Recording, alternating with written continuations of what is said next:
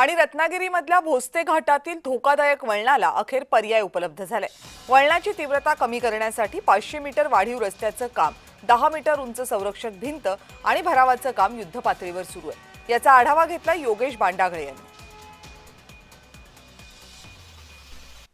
खेडमधील जो भोसते घाट आहे तो मृत्यूचा सापळा बनलेला आहे। दर आठवड्याला या ठिकाणी अपघात घडत असतात।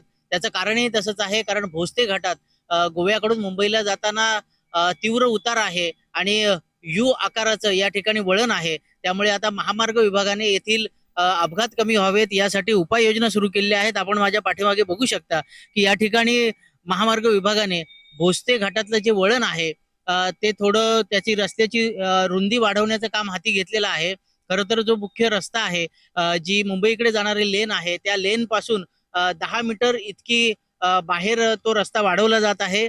10 मीटर उंची इतकी या ठिकाणी संरक्षक भिंत टाकली जात आहे आणि त्यामध्ये भराव टाकून या रस्त्याची रुंदी वाढवली जात आहे। खरं तर या ठिकाणी तीव्र उतार आहे आणि यू आकाराचं वळण आहे, त्यामुळे वारंवार या ठिकाणी अपघात होत असतात।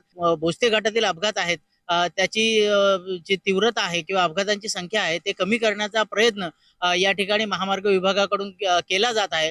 खरं तर पावसाळा तोंडावर आहे, पावसाळ्यात हे काम पूर्ण होणार नाही, परंतु भोसते घाटातील अपघातग्रस्त जे वळण आहे त्यावर उपाययोजना आता खऱ्या अर्थानं महामार्ग विभागाने सुरू केलेल्या असल्याचं आपल्याला या ठिकाणी दिसून येतं।